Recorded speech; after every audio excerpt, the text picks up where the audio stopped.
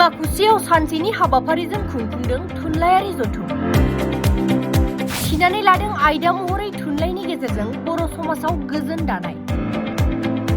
साहित्य academy आरो अदालगुरि जिल्ला दुलाराय बर' फरायसा आफादनि जथायै बानजायनायाव दिनै डिमाकुसियाव मोनसे थुनलाइयारि जथुम हाबाफारि जानानै थाङो। साहित्य एकाडेमि बर' बिफान सुबुरुन आफादनि सोद्रोमा बरुवाकान्त ब्रह्मनि मासि लानानै दैदेननायाव दिनैनि हाबाफारियाव गाहाय आलासि महरै मिरु एबसुनि लोगो आफादगिरि उमेश दैमारी, नेहाथारि आनन्द दैमारी बिथांमोनहा बाहागो लादों। हाबाफारिनि लोब्बायै थिना लानाय आयदा थुनलाइनि गेजेरजों बर' समाजाव गोजोन दानाय। बिनि सायाव गोथौयै सावरायनो थाखाय हांख्रायनानै लाबोजानाय बर'नि मुंदांखा लिरगिरि अनजलि बसुमतारी, नरेश्वर नार्जारी, बिबुंसार स्वर्गियारी, दैथुन बर', रितामणि बर' बिथांमोना गावबा गावनि लिरबिदांफोरखौ फरायथिना होनाय हाबाफारिबो लादों।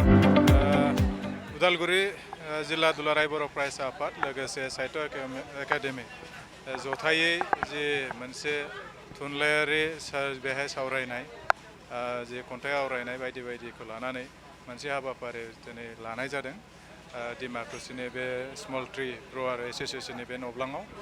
आरो बे थुनलाइ जे जथुमाव गोबां जे दैदेनगिरि बा लिरगिरि साहित्य एकाडेमि बान्था मोनगिरि बिथांमोना बाहागो लादों। आरो बे बाहागो लानायजों लोगोसे जे बेखौ सामलायबाय थानाय जे बरुवाकान्त ब्रह्म जे बर' थुनलाइ आफादनि जे सासे बारग' दैदेनगिरि बिथांमोना बाहागो लादों आरो साहित्य एकाडेमिकनि सासे मेम्बार जुरि बर्डनि। आरो बेवहाय गोदान आरो गोजाम जे थुनलाइगिरिफोरा बेहाय बाहागो लादों आरो बिनि जे टिमखौ होनानै होदों जे थुनलाइनि गेजेरजों गोजोन गायसननाय बर' माहारिनि गेजेराव।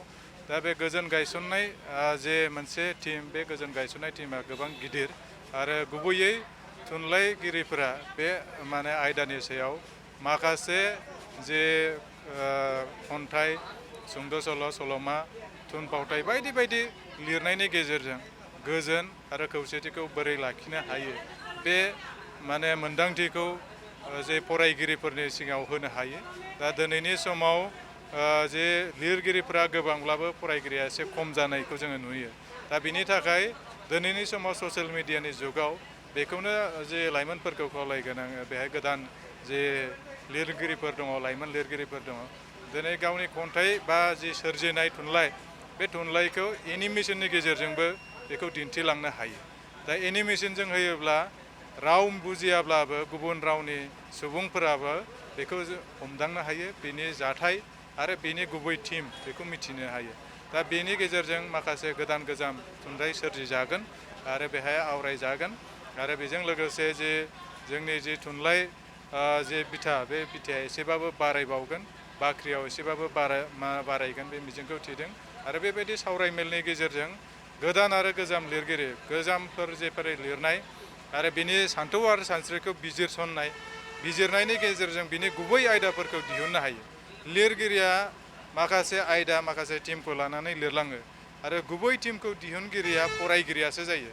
दा बे माने सल'मायाव, बे खन्थाइयाव, बे रायथाइयाव बा बे थुनफावथायाव मा बेरखांहोनो नागिरदों बेखौ फरायगिरिया दिनै मोनदांनायनि गेजेरजों माखासे जे बेखौ क्रिटिक्स बिजिरसंनायनि गेजेरजों जेब्ला बेबायदि सावरायमेलाव फोरमायनाय जायो बा लिरथुमनाय जायो अब्लासो बिनि जे गुबै ओंथिया रोखा जायो।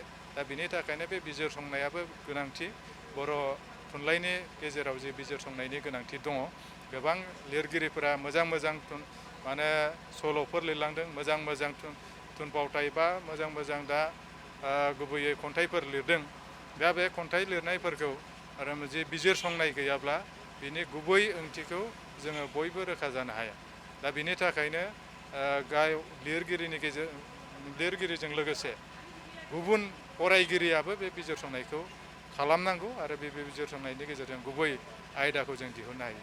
दा बिनि थाखायनो दुलाराय बर' फरायसा आफाद उदालगुरि जिल्लाखौ साबायखर बावदों। दा बिथांमोना बे हाबाफारिखौ लानायनि गेजेरजों जोंनि लाइमोनफोरनि गेजेराव गोदान सोरजिनाय थुनलाइनि गेजेराव बे खाबुखौ होदों आरो बे खाबुखौ होनायनि थाखाय फिन खेबसे जोङो साबायखर बावदों।